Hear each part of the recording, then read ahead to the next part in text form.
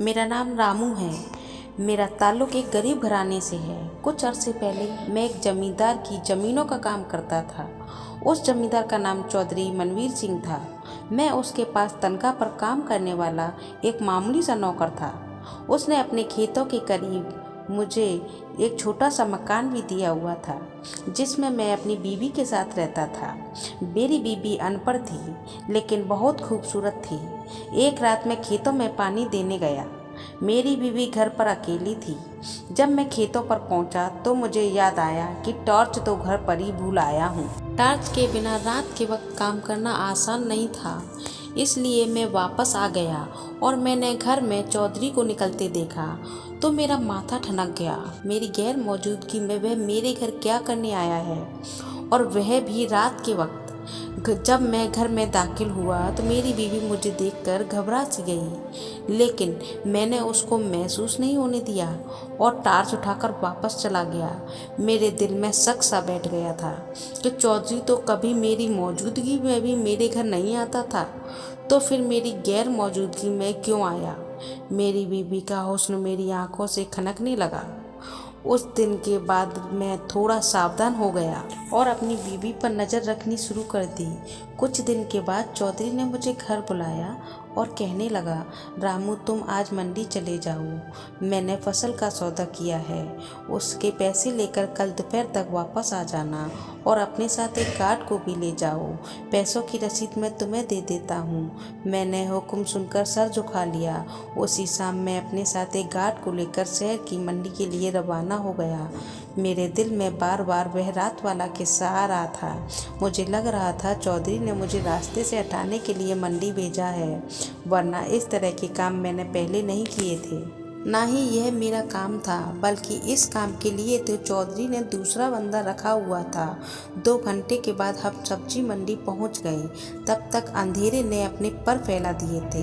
हमने मंडी में एक मुसाफिर खाने में रात गुजारी थी। सुबह 10 बजे बची हुई रकम को लेकर वापस डेरे पर भी जाना था। जब हम खाना खाकर फ्री हुए तो मैंने गार्ड से कहा, यार तेरी भाभी घर पर अकेली है, रात का वक्त है, वह परेशान हो रही होगी, अगर तू कहे तो मैं वापस चला जाऊं। तो गार्ड ने मेरे कंधे पर हाथ मारकर कहा, रामू तू चला जा, भाभी को अकेला मत छोड़ो, वैसे भी आजकल सब कुछ ठीक नहीं है। फिर सुबह वापस आ जाना, फिर रकम गिनती करके डेरे पर ले जाएंगे। मैंने उसका शुक्रिया अदा किया और घोड़े की तेज रफ्तार से वापस घर रवाना हो गया। रात के 11 बजे का वक्त था। खैर कुछ देर में ही मैं अपने घर के करीब पहुंच गया। अब अगला काम यह था, पता लगाना था कि वाकई मेरा अपनी बीवी और चौधरी पर शक करना सही है या गलत।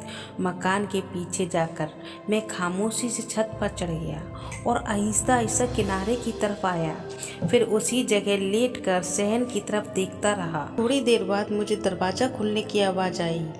एक शख्स ने धोती पहन रखी थी।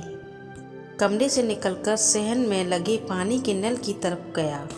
मैंने उसको पहचान लिया, वह चौधरी मनवीर सिंह है। हाँ, वह वही था जो मेरा जमींदार, जिससे मेरी रोजी रोटी जुड़ी हुई थी।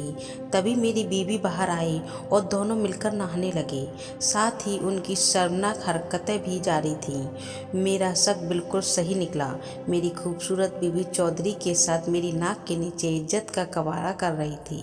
मेरा खून जोश मार रहा था।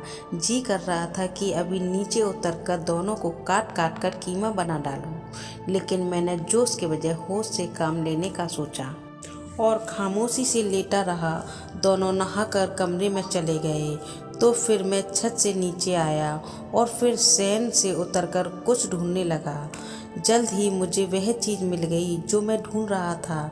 वह लंबे दस्ते वाला हथौड़ा था, जिससे मैं अपनी खेती बाड़ी वाले औजार की मरम्मत किया करता था। वह हथौड़ा मैं हाथ में पकड़कर दरवाजे के पीछे छुपकर खड़ा हो गया। उस वक्त मुझे काफ़ी देर इंतज़ार करना पड़ा। कमरे के अंदर से सरगोशियों की आवाज़ आ रही थी। मेरा दिल धुआं धुआं हो रहा था।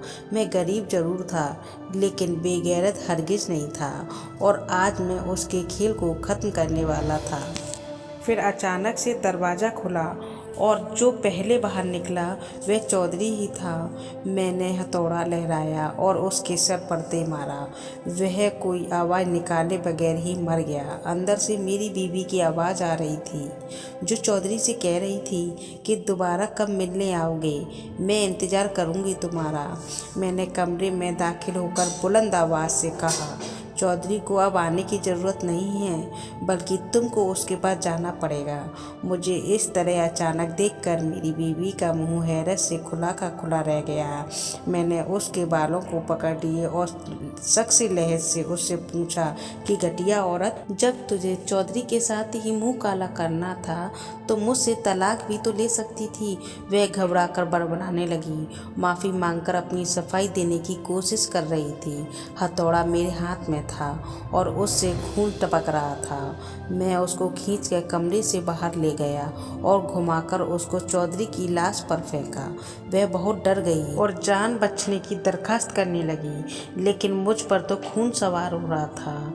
मैंने उस बेवफा को आखिरी बार देखा और आंखें बंद करके हथौड़ा उठाया और उसके सर पर दे मारा और दरवाज़ा खोलकर तुरंत बाहर निकल गया। लेकिन हथौड़ा अभी तक मेरे ही हाथ में था। फिर मैं जल्दी से वापस मंडी की तरफ दौड़ा। रास्ते में बड़ी नहर थी, किसी को कोई सबूत ना मिले इसलिए हथौड़े को नहर में फेंक दिया और फिर जल्दी से मंडी पहुंचा। गार्ड सो रहा था। मैं भी चुपके से जाकर उसके पास लेट गया और सोने की कोशिश करने लगा, लेकिन ऐसे में नींद किसे आने वाली थी। सुबह 9 बजे मैं उठकर बैठ गया। तब गार्ड भी जाग चुका था। वह यही सोच रहा था कि मैं सुबह 7 बजे आकर वापस सो गया हूँ। हमने फिर उठकर नाश्ता किया और वह गल्ला मंडी का वो दफ्तर भी खुल गया जहाँ से हमने रकम उठानी थी। रकम की रसीद मेरे पास थी। रसीद दिखाकर हमने रकम वसूल की। 50 लाख के करीब बनती थी। फिर हम दोनों ने वापसी का सफ़र शुरू किया। रकम वाला थैला मेरे पास था। रास्ते में वही नहर आई जिसमें मैंने हथौड़ा फेंका था। जैसे ही नहर के पुल पर पहुँचे तो मैंने गार्ड को हल्का सा धक्का दिया और नहर में जा गिरा। मैंने भागना शुरू किया। जब तक वह नहर से बाहर निकला होगा तब तक मैं बस अड्डे पर पहुँच चुका था। 50 लाख की रकम मेरे हाथ में थी। मेरी अगली मंजिल कन्याकुमारी थी, जहाँ पर मैं नई मंजिल मेरा इंतज़ार कर रही थी, जहाँ पर ना तो इज्जतों का लुटेरा चौधरी था, ना ही दिल तोड़ने वाली बेवफा बीवी थी। तो दोस्तों, उम्मीद करते हैं आज की हमारी कहानी आपको ज़रूर पसंद आई होगी। इस कहानी के बारे में हमें कमेंट करके ज़रूर बताएं। वीडियो को लाइक कर दीजिए और इसी तरह की कहानियाँ लगातार देखने के लिए चैनल को सब्सक्राइब करें और बेल आइकन ऑल पर सेट कर लीजिए ताकि आने वाली वीडियो का नोटिफिकेशन आपको तुरंत मिले। मैं मिलता हूँ आपसे अगली वीडियो में, तब तक के लिए धन्यवाद।